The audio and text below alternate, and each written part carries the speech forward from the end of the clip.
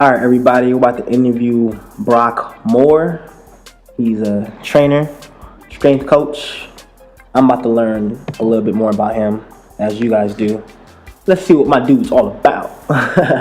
Let's make this call. I'm just some kid that came across some adversity in my younger years. I was handicapped in a wheelchair for 5 years, so I missed out on 5 years of growing functionally with sports and just whatever. So when I got released, I was in college when I was at the time when I finally got released from my doctor, but cleared essentially. I chose to pursue the kinesiology route, exercise science, because my physical therapist helped me out so much. My coaches and my trainers for my sports teams helped me out a lot. So the gratification that they got from seeing me, be able to fully walk and train and stuff like that, it kind of like projected me into my career path on what I want to do. I mean, it's not the only thing I do, but it's my day-to-day job.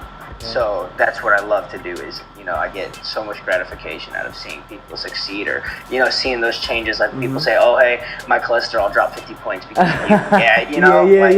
That's just how it goes. I actually did my concentration in strength and conditioning, so training athletes and seeing them progress for sports-specific, doing sports-specific movements for their seasons. But, I mean, it covers all the general bases. I mean, I can help people out if you have a, bilateral deficit. I can do it all. It's just... As far as, I know, how old are you? 24. 24? Okay. I know that you're young too, but what inspires you to keep on going? Because I know, especially working in, like, the fitness industry, it can be tough, but, like, what inspires you to keep on going even though it's hard?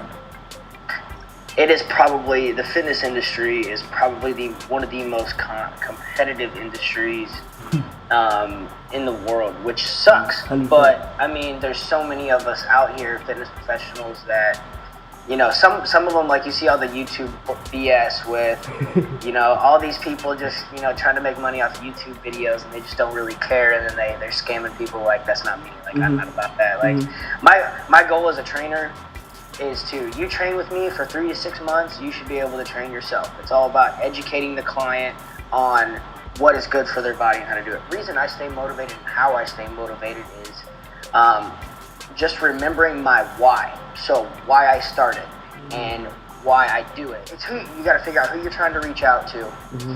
What's the ultimate goal, and staying positive.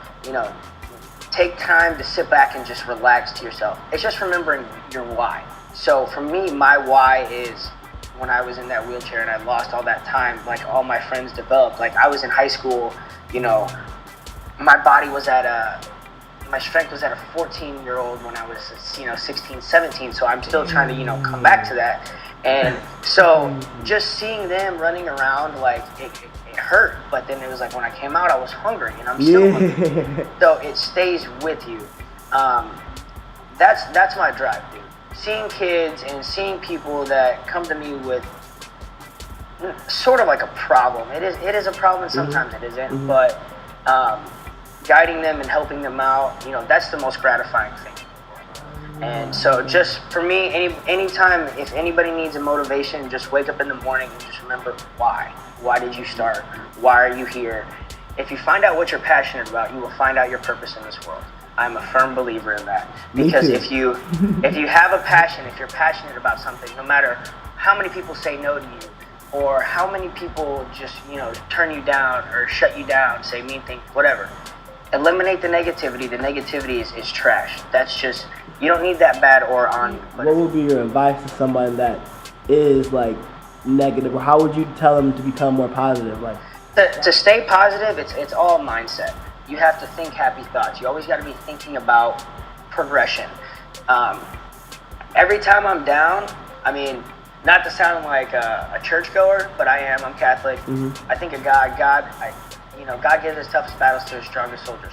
So when you find the adversity, just trying to find ways to convert it into good energy, it's kind of hard sometimes. Like me, I'm taking a couple other certification exams, and dude, I've taken it twice and I failed. both times. First time I missed it by 8. Second time I missed it by 1. I'm just like, all right, well, all right. So they really don't want me to pass this, but I'm gonna make it happen. that I'm gonna pass it. Yeah. You know, it's just like, you know, it's all about knowing what you want and where you want to be. It's all mindset. Thoughts turns to things. Things turn to actions. It's a whole process. The mind is such a powerful thing. If you can achieve in your mind and put things in your mind on a daily basis, they'll eventually turn into, you know, full, you know, live things, and you know, you'll start to notice things will start to happen. And once you see that, don't stop. Yeah. Because you know, some people get a glimpse of success and they're just like, oh well, hey, I've achieved it. No, if you, all right, I like rap music. So my boy Kevin Gates,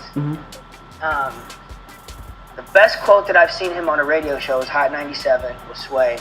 He goes, if you associate yourself with peer pressure and complacency, you are destined for failure. And that is one quote that I will live by for the rest of my life, because it is the realest quote that I've probably ever heard. It's all about finding the inner burn in yourself. And once you hit that rock bottom low, because I know everybody's been there, man. Nobody, and that's the thing, people are like, oh, you know, he's going through yada, yada, yada. No, dude, everybody goes through it. It's all about how you react to it.